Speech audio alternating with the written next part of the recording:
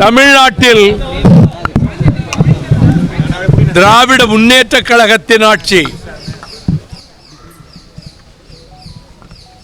தளபதி மாண்புமிகு மு.க. ஸ்டாலின் அவர்கள் தலைமையிலே நடைபெறுகிற ஆட்சி பொற்கால ஆட்சியாகத்தான் கருதப்படுகிறது.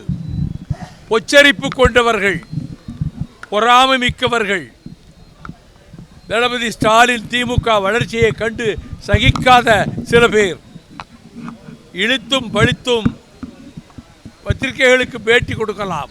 ஆனால் பொது தேர்தல் வருகிற பொழுது இலக்கு 200-ஐ தாண்டி திராவிட முன்னேற்ற கழக கூட்டணி, இந்தியா அணியினுடைய அங்கமான திராவிட முன்னேற்ற கழக கூட்டணி மகத்தான வெற்றி பெறும். அத்தகைய திட்டங்கள் சின்னஞ்சிறு குழந்தைகள் முதல் வயது முதிர்ந்தோர் வரை, நெசவாளர்கள் முதல் விவசாயிகள் வரை, கல்லூரி பள்ளிகளிலே படிக்கின்ற மாணவர்கள் வரை, தொழிலாளர்கள் வரை அவரவர்களுக்கு தேவையான திட்டங்களை, ஒரு இன்னோவேட்டிவ் திட்டங்களை முதலமைச்சர் நம்முடைய தளபதி ஸ்டாலின் அவர்கள் நிறைவேற்றி வருகிறார்கள்.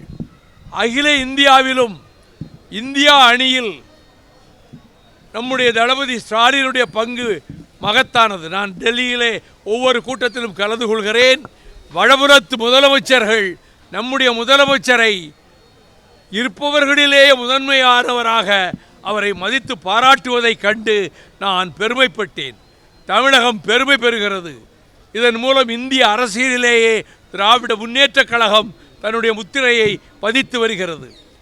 ஸ்டெர்லைட் ஆலை என்ற நச்சாலையை கொண்டு வந்து வேதாந்தா குழுமத்தினர் அனில் அகர்வால் தூத்துக்குடி மாவட்டத்தையே அழிக்க நினைத்த போது 18 ஆண்டுகள் இடைவிடாது நான் ஆயிரக்கணக்கானவர்களோடு சேர்ந்து போராடி, பிறகு உயர்நீதிமன்றத்திலே வழக்கு தொடுத்து அதிலும் வெற்றி பெற்று, உச்சநீதிமன்றத்திலும் வழக்காடி வெற்றி பெற்று அந்த ஸ்டெர்லைட்டை இல்லாமல் செய்த பெருமையில் மறுமலர்ச்சி திராவிட முன்னேற்ற கழகத்திற்கு முக்கிய பங்கு உண்டு என்பதை தூத்துக்குடி வாழ் மக்களும் சுற்றுவட்டார மக்களும் நன்றாக அறிவார்கள்.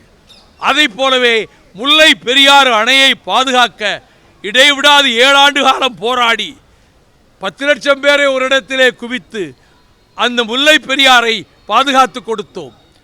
இப்பொழுது நீட்ரோ என்கிற நாசகார ஒரு நிறுவனத்தை அங்கே அம்பரப்பர் மலையிலே தேனி மாவட்டத்திலே கொண்டு வருவதற்கு பிரதம அமைச்சர் நரேந்திர மோடி மிகவும் பாடுபட்டு முயற்சி பண்ணுகிறார். நான் 3 ஆண்டுகளுக்கு முன்பே சென்னை உயர்நீதிமன்ற மதுரை கிளையிலே 2.5 மணி நேரம் வாதாடினேன். அதற்கு தடையாணை பெற்றேன். 3 ஆண்டுகளாக தடையாணை வாங்கியவாறு அந்த நியூட்ரினோ நிறுத்தப்பட்டிருக்கிறது. நெய்வேலி நிலக்கரி நிறுவனத்தை வடநாட்டு முதலாளிகளிடம் போய் சேரவிடாமல் அதை மீண்டும் தமிழர்களுக்கே உரிய சொத்து என்று அடல் பிகாரி வாஜ்பாய் அவர்களிடத்திலே எடுத்து சொல்லி அதை நான் பாதுகாத்ததற்காக அங்கே உள்ள அத்தனை தொழிற்சங்கங்களும் எனக்கு ஒரு வரவேற்பும் பாராட்டும் நெய்வேலியிலே கொடுத்தார்கள். மதுவை எதிர்ப்பதற்காக தொடர்ந்து போராடி 1200 கிலோமீட்டர் மது எதிர்ப்புக்கு நடைபயணம் நடத்திய நான், என்னுடைய தாயார் அதிலே கலந்து கொண்டதனால்தான் அதற்கு பிறகு உடல்நலம் இல்லாமல் தன்னுடைய 100வது வயதிலே அவர்கள் இறந்து போனார்கள். ஆக தமிழகத்தினுடைய நன்மைகளுக்காக இந்தி சமஸ்கிருதம் இனி வாலாட்ட விடமாட்டோம் என்ற உறுதியோடு தமிழுக்கு உரிய மகுடத்தை பெற்றுத்தருவதோடு தமிழகத்தில் விவசாயிகளினுடைய கண்ணீரை துடைப்பதற்கும் எல்லா விதத்திலும் திராவிட முன்னேற்ற கழக அரசுக்கு நாங்கள் துணை நிற்போம், தோள் கொடுப்போம். வெல்க திமுக அணி.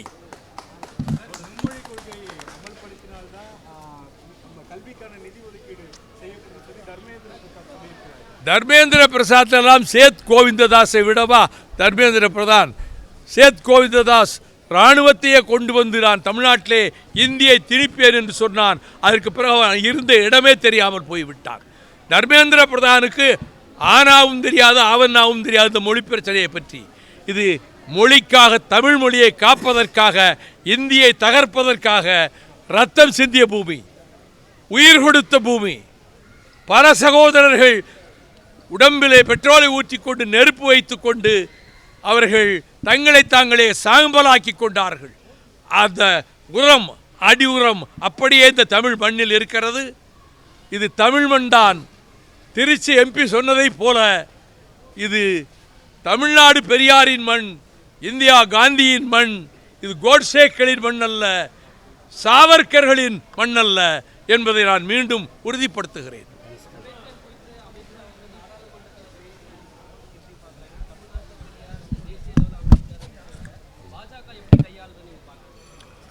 டாக்டர் அம்பேத்கரை பற்றி நாடாளுமன்றத்திலே பலமுறை எடுத்து பேசிய ஆதாரங்கள் நான் வைத்திருக்கிறேன்.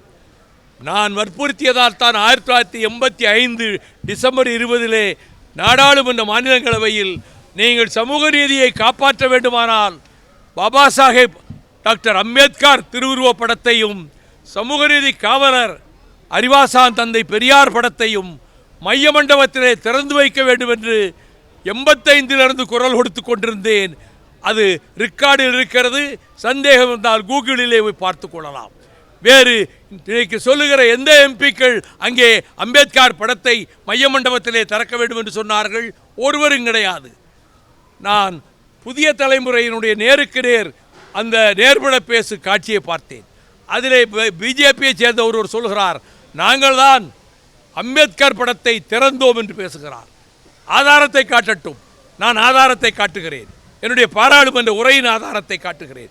அதற்கு பிறகு 89 இறுதியிலே விபி சிங் பிரதமராகிற போது அவரிடத்தில் திரும்ப திரும்ப போய் சொல்லி அவர் டாக்டர் அம்பேத்கர் படத்தை சமூக நீதி காவலரும் உத்தமருமான விபி சிங் அவர்கள்தான் திறந்து வைத்தார்கள்.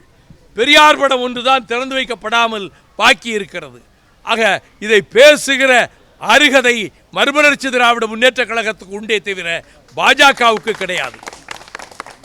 டங்ஸ்டன் கனிம வளம், அது வேதாந்தா உறுப்பினர் அங்கே ஸ்டெர்லைட்டை கொண்டு வந்து அழிக்க நினைத்தவர்கள் இந்த மதுரை மண்டலத்திலே இருக்கக்கூடிய டங்ஸ்டன் கனிம வளம் எடுக்கப் போகிறோம் என்று சொல்லி ஒரு பேரழிவை செய்ய காத்து கொண்டிருக்கிறார்கள். அதை தடுத்து நிறுத்துவதற்கு அனைவரும் குரல் கொடுக்கின்ற வேளையில் மறுமலர்ச்சி திராவிட முன்னேற்ற கழகமும் அதனை எதிர்த்து ஸ்டெர்லைட்டை போல முல்லை பெரியாரை போல நாங்கள் எங்களுடைய போராட்ட திட்டத்தை வகுப்போம்.